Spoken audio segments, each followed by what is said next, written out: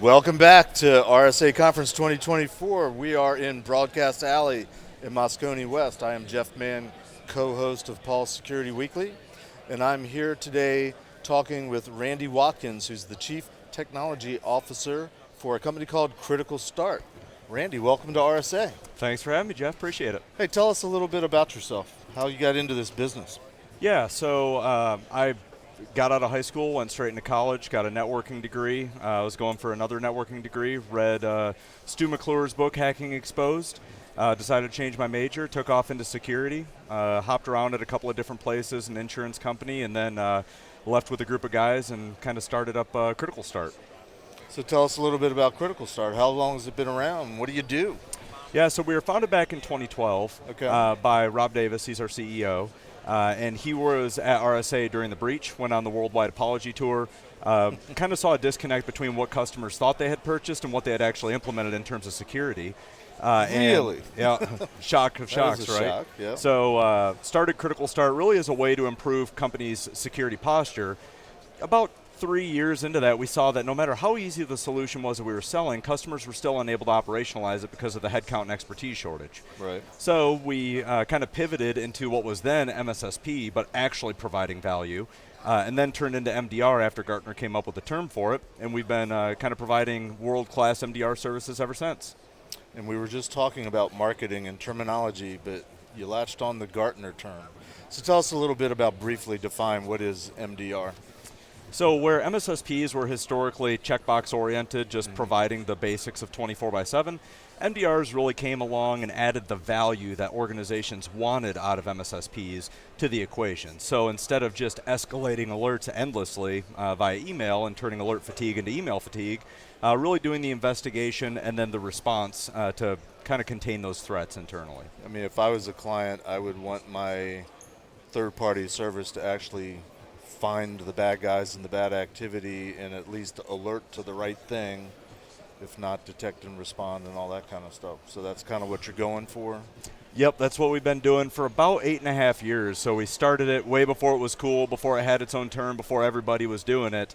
And we've kind of innovated and differentiated ourselves ever since.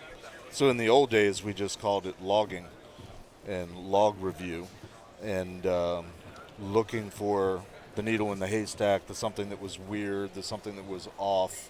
How has that evolved and how has it not evolved over time? And what was lacking in MDR that made you guys want to try to do something a little bit different? So fully loaded question. It's still a lot of log. Welcome. Yeah, thank you. It's still a lot of log review, but our approach is a little bit different. So still a lot of hay, more hay than ever, more needles than ever. Yep. But our approach, instead of kind of looking through the hay to find the needles, we just burn the hay. So we resolve everything that we've seen before, we know it's known good or expected behavior, and everything that doesn't exactly match, we call it our trusted behavior registry, that list of expected behavior. If it doesn't exactly match that, we treat it like the American justice system, but the exact opposite. It's guilty until proven innocent. Gotcha. So it goes in front of human eyes to do the investigation and response. There's a lot of MDR providers that still do the needle in the haystack, or they try to build a better mousetrap. They try to make more effective detections.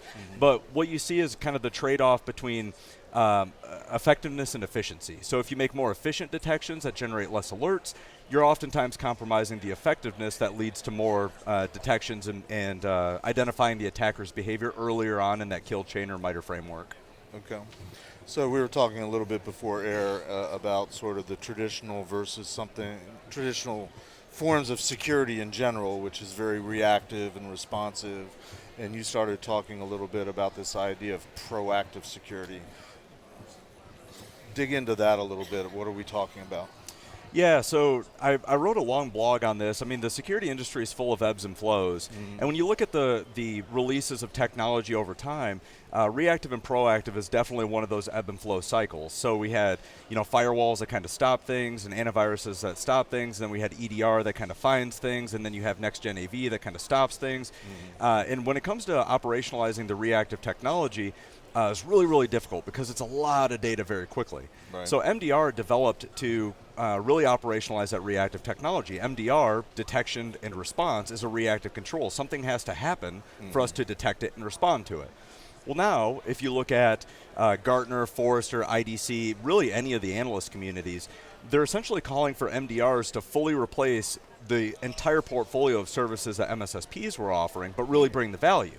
And MSSPs were doing things like prioritizing risks or doing vulnerability scans, stuff like that. Right. So we started this initiative about a year and a half ago, really looking at how can we provide more value to our customers earlier on.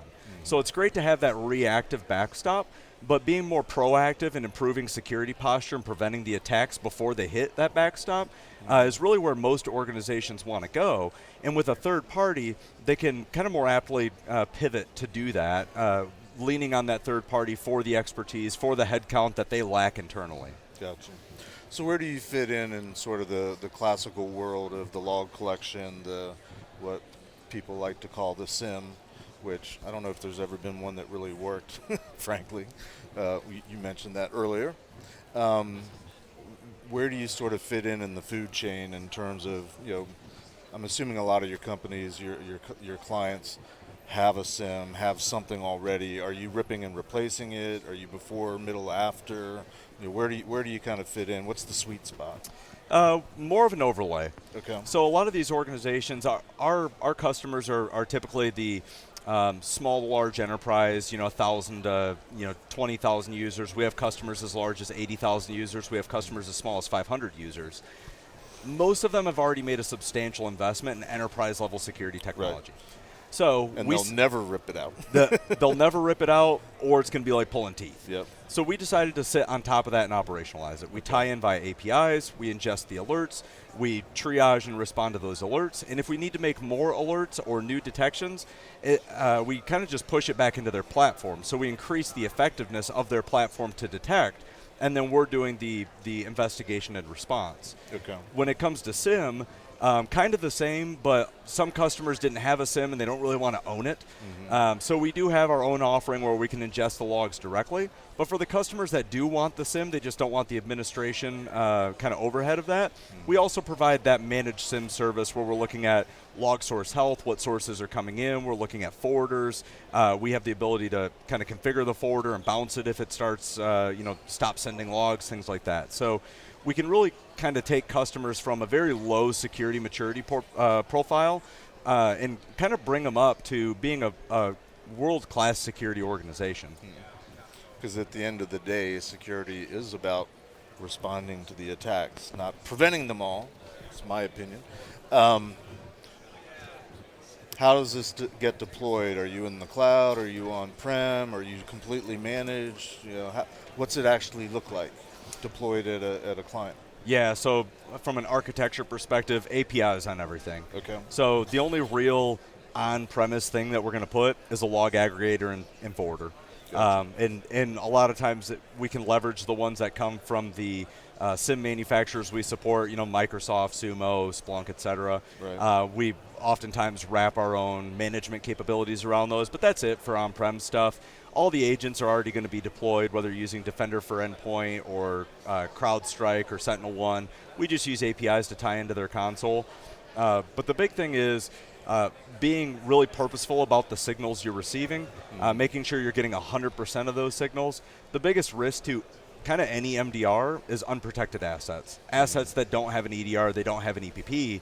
And if your MDR can't validate that all of the assets do have endpoint protection on it, right, they're essentially flying as blind as you are. Right. And the number one risk we see in organizations that's constantly getting exploited is that one unprotected machine. It's sitting over in the closet. Nobody touches it. Nobody looks at it. It's not patched. And it didn't get MDE deployed to it. Mm-hmm. Those are the systems that we're now identifying to make sure we're receiving 100% of those signals that make our SOC effective at detecting, investigating, and responding to those threats very quickly.